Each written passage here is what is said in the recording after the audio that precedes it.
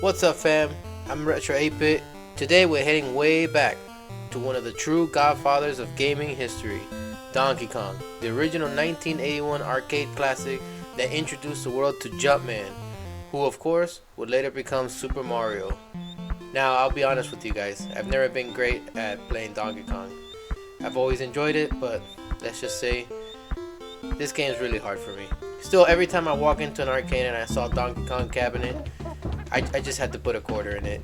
It didn't matter if I knew I probably wasn't even gonna get past the first screen. There's just something about it. The music, the challenge, and the nostalgia of playing as Mario before he was Super. So get your quarters ready, cause it's on like Donkey Kong.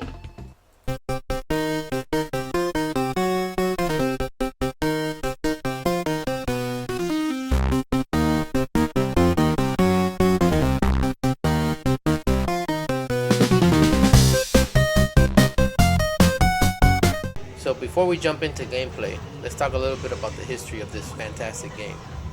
Donkey Kong was released by Nintendo in 1981, designed by Shigeru Miyamoto, the same guy who later went to create Super Mario Bros., The Legend of Zelda, Star Fox, etc., etc., and etc. Nintendo originally wanted to make a game based on Popeye, but they couldn't secure his rights in time. So Miyamoto reworked the idea. Popeye became Jumpman, Olive Oil became Pauline, and Bluto became, you guessed it, Donkey Kong. And just like that, one of the most important video games in history was born. It's crazy, right? But this game literally kicked off Super Mario's career. Before Super Mario Bros., before even Luigi existed, before Bowser, there was Jumpman, climbing girders and dodging barrels to rescue Pauline from an angry ape. Now, if you never played Donkey Kong before, let me tell you, it's rough. You've got these 4 stages, each with their own hazards. The barrel stage, the cement factory, the elevator stage, and finally, the rivets, where you take Donkey Kong down. Each stage feels like a little puzzle, mixed with timing and quick reflexes. You got to jump barrels, dodge fireballs, and climb ladders strategically. It's simple to understand, but super hard to master. And I think it's what makes it so timeless, right? There's no flashy graphics or complicated mechanics, just pure skill and timing. Notice when I'm playing here, I'm going up the ladders, you're gonna notice that the barrels have a mind of their own. Watch.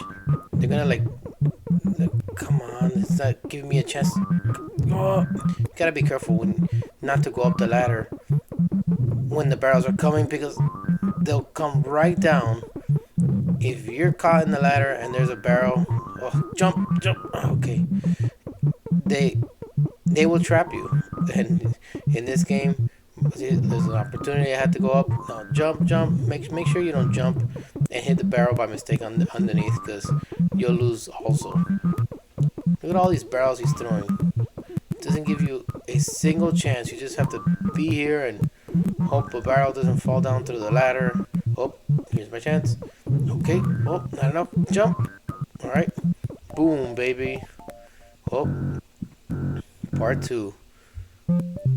This is still level 1, but it's the one with the rivets, so it's almost like a house of cards. We have to, dismantle all these little pieces here. But once you go over it and they disappear, you can't walk over it anymore. You have to jump over it, because if not, you basically fall to your death. And you gotta be careful with these fires. As you can see, they start multiplying in a heartbeat. So jump, and I'm gonna grab this hammer here. I'm gonna get this piece and destroy this fire. Hopefully this fire comes close enough that I could, yeah, baby, boom. Yep, no. All those fires are down there, and I'm gonna get the umbrella and get this last piece, and it's over, kid. Level 1 is done. As a kid, I wasn't exactly a Donkey Kong pro. My main go-to game was Teenage Mutant Ninja Turtles for the arcade, especially when you could play with friends. But Donkey Kong always caught my attention. Maybe it was the colorful cabinet, maybe it was the catchy little tune when the game starts, or maybe it was just seeing Mario in one of his earliest roles.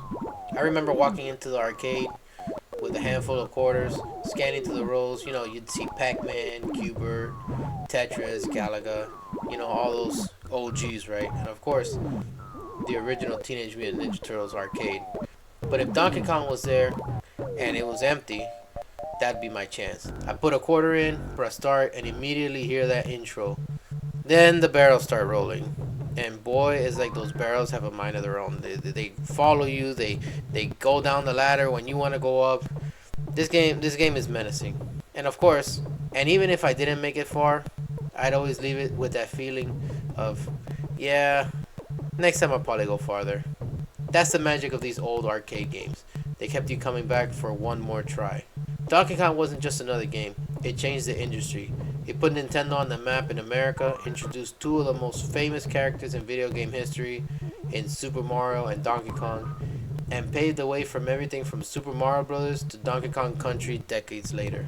It also became a cultural phenomenon, even inspiring competitive legends like Billy Mitchell and Steve Weebly, chasing world records that went on to be documented in the film The King of Kong, A Fistful of Quarters.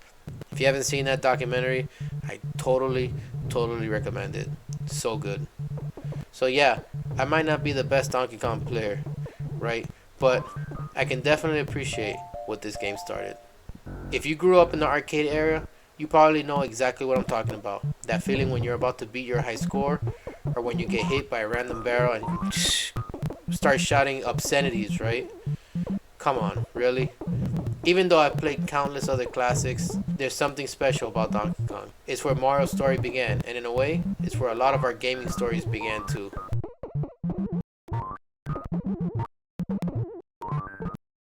Thank you for watching this playthrough of Donkey Kong the Arcade here on Retro 8-Bit.